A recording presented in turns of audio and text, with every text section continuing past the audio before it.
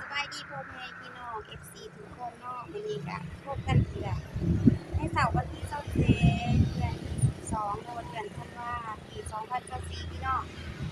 อยู่ที่สำนักงานหมอลำเพชรพันล้านเนาะบ้านพะเนียงเมืองพนทองแคนจำปาสักพี่น้องกระโดนแล้วบ่ได้นำคลิปมาให้พี่น้องเฮาเบิ่งเนาะมื้อนี้ก็เตรียมสิไปรำที่เมืองมนต์ประโมกเนาะพี่น้องก็ประมาณ 9:00 10:00 นเนาะจะได้ออกเดินทางตอนนี้อยู่ในช่วงการกาเกียมกินข้าวเช้าแล้วก็เก็บเครื่องขึ้นรถก็ว่าพี่น้องแล้วก็รอคอยอ้ายน้องหลายๆผู้หลายคนเนาะหลายภาคส่วนเพื่อสิรวมตัวกันเนาะจังได๋ก็สิพาพี่น้องพ่อแม่ FC ทุกคนเนาะไปเบิ่งนำกันเนาะเบื้องหลังก่อนสิไปงานมันเป็นจังไดแน่น้องเจ้าเพิ่นพากินข้าวกับหยังแน่เนาะไปเบิ่งนำกันเลยพี่น้องโดยตอนนี้อยากป่ากับสิพาพี่น้องไปเบิ่งเนาะ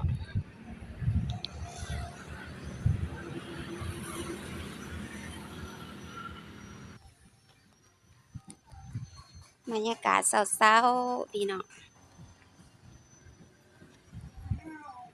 ในสวนกาเกียมเนาะ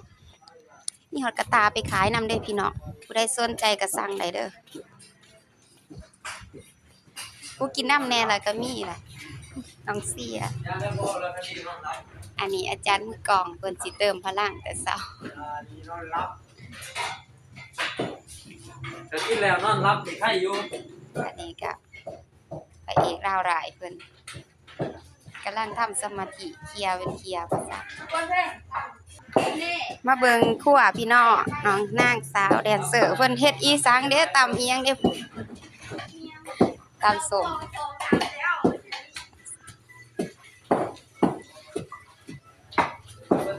โดยก็สิประมาณนี้ล่ะครับสาว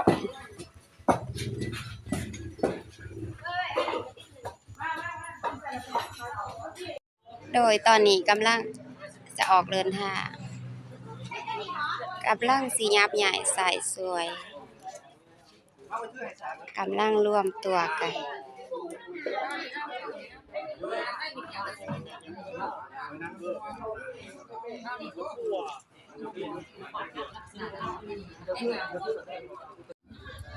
โดยตอนนี้เฮาก็มาฮอดงานเนาะพี่น้องประมาณ3:00 นกว่าเพื่อสิฮอดมาก็เจ้าภาพเพิ่นต้อนรับด้วยอาหารพี่น้อง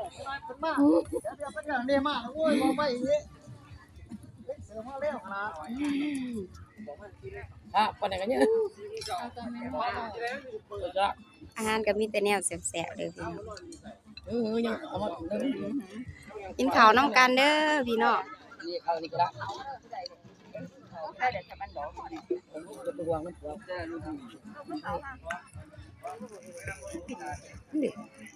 น้ำผึ้งเองโดยหลังจากรับประทานอาหารแล้วก็ลืมของหวานของเย็นไม่จะกลับอีกวะไปอีกวะกาแฟจะภาพใจดีอิ่มน้ำสำราญพี่น้อง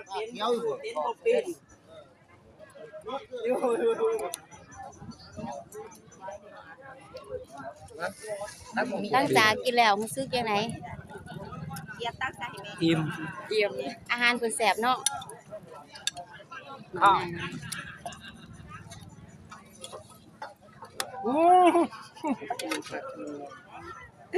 น้องอาหารอย่ากินตอนเด้อกินตอนเด้อสิเว้าคำบ่สุภาพลงอาหารนี่อย่าข้าวนี่ข้าวเดียวบ่ได้สิครับรอบ2พี่ได้ลูกตามพี่ได้แล้วพี่ได้มาเอาโอ้บ่มาให้เจังได๋สบายดี อะไรกับก็ดีกันโอ้ยเอากระถามแน่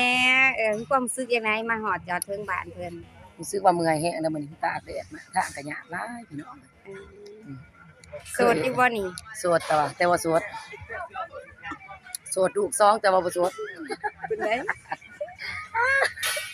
ประสบภาณนางเอกจะโอ๊ยตายแล้วเขาก็อุ๊ยคือสิอายอีสังเด้อาหารเจ้าภาพแซ่บเนาะแซ่บแต่ว่าอันนั้นเบิด2จานมีกะทิกินได้กินดีเฮ้ยซ้ำก็สิยาวติเนาะแม่นโอ้ยเจ๊กินเบิด3จานน่ะ น้ำว่าแล้วยังบอกกาแฟพวกอันนั้นเก็บจอง นี่บ่ได้จักว่าจาน เก็บจองแล้วก็ก็ นี่มียาลาขิม